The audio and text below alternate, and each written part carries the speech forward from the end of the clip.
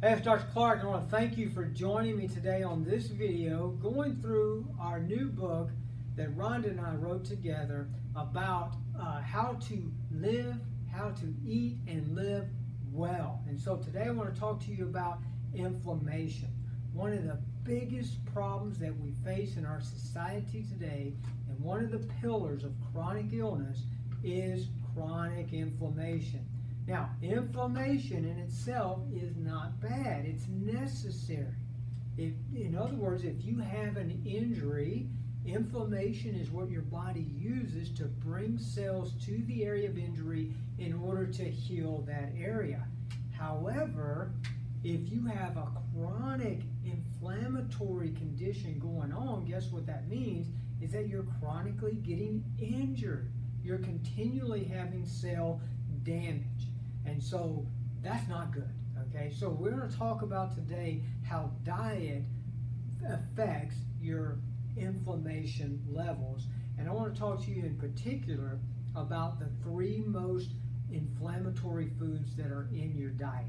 And in the book, we go through an anti-inflammatory diet, and the recipes that are in this book are anti-inflammatory in nature, okay? Because they avoid these three foods.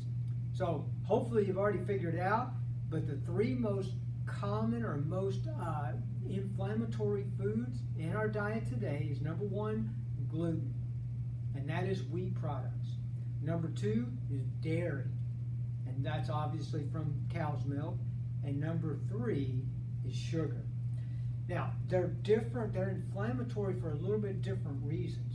For instance, gluten and dairy, okay, or immune stimulants. So the immune system can actually begin to upregulate and cause tissue damage in itself, and that can cause a lot of inflammation.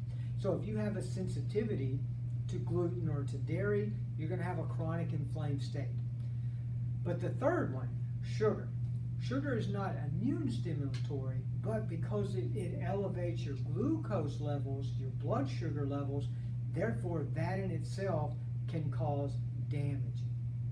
And that can be very progressive. So you can start off with just having high blood sugar after you've eaten a meal, but then it begins to get high blood sugar even in the mornings, even before you've eaten.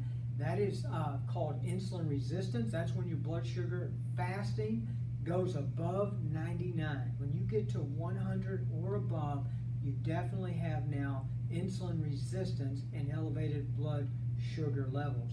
And then, of course, if it gets to 126, that is now considered diabetic levels. As this thing progresses, these high blood sugar levels can actually cause tissue damage, in particular into nerves. So you end up what's called a peripheral neuropathy.